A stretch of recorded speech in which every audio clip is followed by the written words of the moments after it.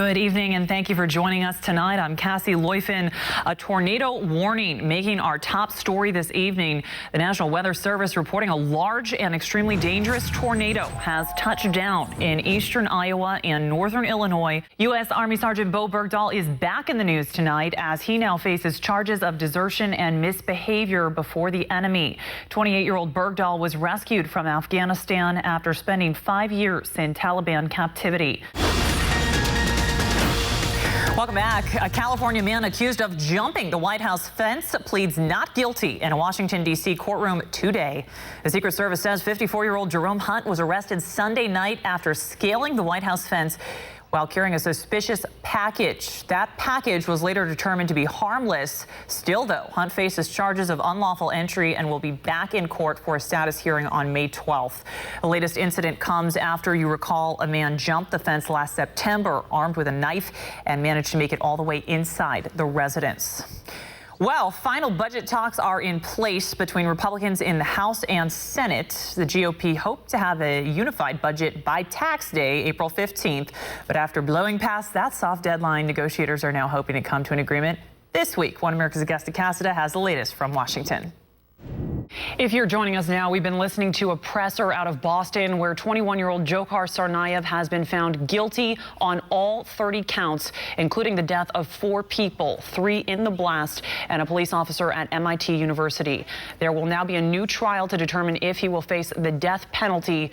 I do want to mention the state of Massachusetts doesn't have the death penalty, but because of the nature of this attack, it is being tried as a federal case. 3 people were killed, 260 others injured in the bombing, which is widely considered the worst domestic terror attack since 9/11. This is one of those stories where you're going to go, why didn't I think of that? So here we go. Thanks to a new technology, ketchup is catching up with the times, meaning soon enough, there will be no more waiting for that slow ketchup to slowly come out of the bottle. None of that. But seriously, why didn't you think of that? Come on now. Still to come here on One American News. A lot of thinking going on in this bunch. Some of the best and brightest students are trying their best to impress the president at the 5th annual White House Science Fair. That story and more when we come back.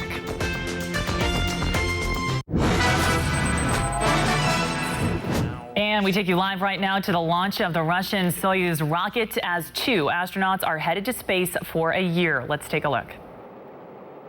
Ramping up. Light speed. Engines and flaps up front. And liftoff. Want to mention that Kelly's year-long mission will mark the first time that an American has spent a continuous year in orbit. So very significant what's happening here. The 1-year mission will help scientists back on the ground, as we mentioned, gather important data about how the human body behaves during a long-term space flight. And this knowledge will help these astronauts with NASA's ultimate goal of getting to Mars. It's going to take a lot longer than a year to get to the red planet safely, but that is the goal here. All right, if you're still with me, you know what you don't like when you're wearing and then you change and then you change again and again. Chameleons make it look a whole lot easier than that. Up next, chameleons can change colors to vanish before our eyes, and now experts have a theory on exactly how they do this. More after the break. Wow, different creatures, critters. We know they have feelers, maybe not feelings, but we're now learning cockroaches like us have their very own personalities. Matthew Stock reports on this study from Belgium. Might make you think twice the next time you see one of those little guys crawling by. Is it shy? Is it bold? Different strokes for different folks, maybe different approaches for different cockroaches. I'm out of time. Mike Deneau has your headlines covered right after this. Thank you for watching.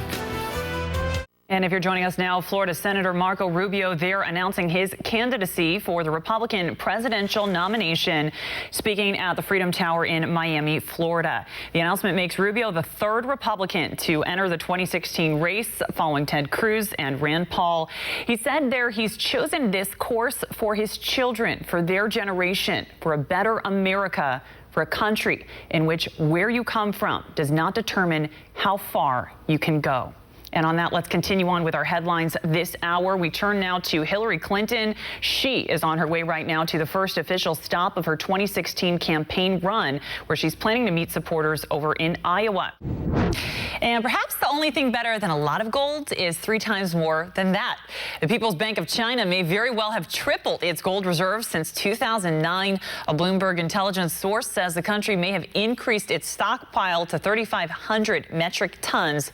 If that is true, China would trail only the United States in gold holdings. Reports say, including gold, China is estimated to have $3.8 trillion in currency reserves. Meanwhile, the fastest bullet train in the world has broken its own speed record after it zips along the track at approximately 375 miles per hour. Rob Muir reports on the record. Well, it is time now to take a look at today's market report with One America's Sarah Pila, who joins me live in studio. Hello. Hi, Cassie. And grab a pen and paper to jot it down. Well, between 5 and 7 local time, select Hard Rock Cafe locations are offering a free legendary burger. The catch, you have to get on the stage and sing a song. Sarah, you weren't kidding. I have my pen and paper and I'm taking down notes here on all of that. I did want to ask you if you would be willing to sing a song for a burger, or if that's not really your style. Not right here, but yeah, I think I would. Why not get up on stage? I mean, you know, we all have a little personality, everybody that's on the desk here. So I feel like, you know, why don't we get us all together, go sing a song, get some free burgers? Why not? It's tax time. I'm right there with you. And they didn't say you have to be a good singer. You just have to sing. Exactly. That's the main point, because if it's asking for good singing, I'm definitely not getting that free burger. Sarah Pila, thank you. Thank you. This here, everyone, is a demonstration of what many on the internet are calling the worst parking job ever. Brought to you by a Washington, D.C. Democrat. This is video posted online by a media company called Roll Call. And you see that car in the middle. Congresswoman Eleanor Holmes Norton is reportedly behind the wheel there.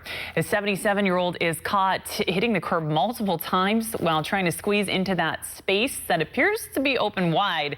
It looks like she is hitting the vehicles next to her. Sources say she left the spot for about 30 minutes before returning to move the car. She reportedly put a business card on the windshield of the red Nissan.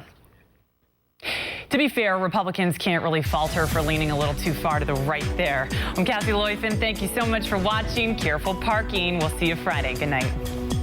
And GoPro users are used to going rogue, but now GoPro is going Roku. GoPro announcing it will now have its own Roku channel. The channel is set to debut this spring. It will offer viewers a combination of content produced by GoPro itself and GoPro users.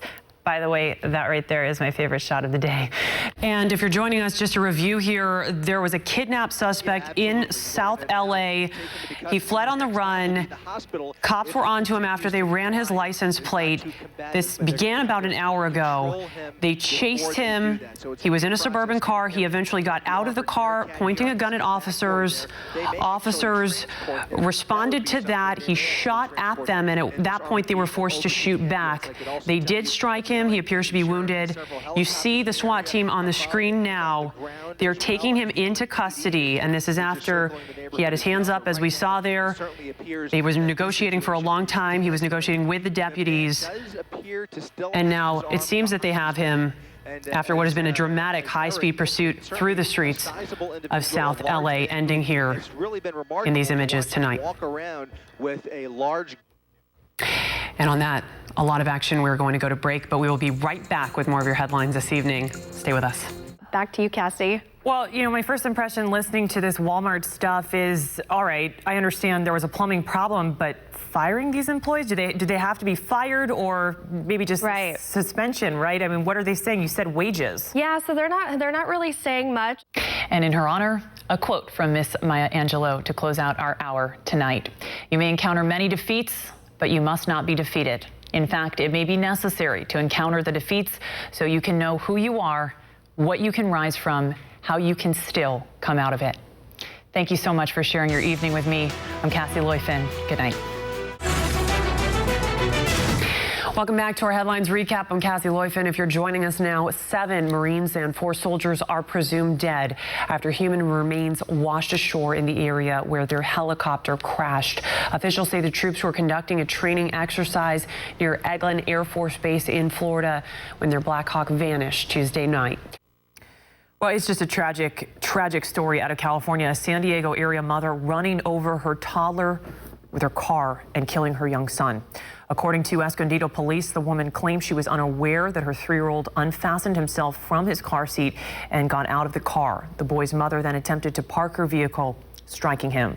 Officials say the toddler died at a nearby hospital.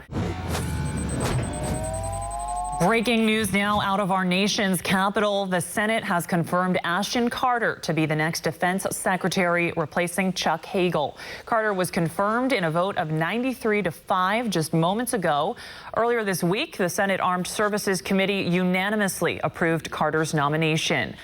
And an online travel giant is packing its bags after being bought out by a competitor. Expedia is buying rival Orbitz for approximately $1.3 billion and will pay $12 a share, which is a 25% premium.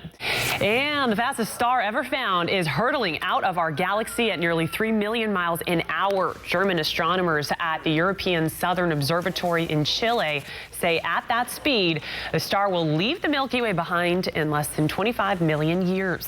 You see, we get to go on vacations to get away. Stars go to other galaxies. We've got to get to their level. So pretty soon, when you call someone to pick up a pint of Ben & Jerry's for you at the grocery store, you're going to hang up. You're going to have to call back, and you're going to have to specify whether you want the ice cream or the beer. That's what's going to happen to you, because starting this fall, the ice cream giant is partnering with New Belgium Brewing to create salted caramel brownie brown ale. And from ice cream inspired alcohol to the powdery kind, the creator of powdered alcohol, or Palcohol, is fighting to keep his products on store shelves even before it's released. Palcohol founder Mark Phillips won federal approval last month to sell his product, which makes vodka and rum drinks when mixed with water. However, 6 states have already outlawed it, and lawmakers in nearly 30 others have introduced similar bills, believing the product will make it easier for minors to abuse alcohol. All right, let us put the alcohol away. We are heading to the White House for a very special celebration. President Obama welcoming participants in the annual Wounded Warrior Project's Soldier Ride, and we will hear his words of encouragement just ahead. You've likely seen that image, the American flag planted firmly in the midst of the battle, a strong reminder of the 6 men who secured it there and the countless others who have fought for everything this image represents in the nearly 70 years since that photo was taken. I'm Cassie Leuffin. Thank you for being with us. Have a wonderful weekend. We'll see you Monday. Aaron hung up his cleats in 1976 with 755 career home runs, while his mark was eventually bested by Barry Bonds. Hammering Hank's legacy isn't limited to the diamond. And in the spirit of Hammering Hank, it is time for me to hang up my cleats. I'm Cassie Leuffin. I don't know if that looks like anything, but I'm Cassie Leuffin. Thank you so much for tuning in, and stay with us. Faye Lee has your headlines right after this.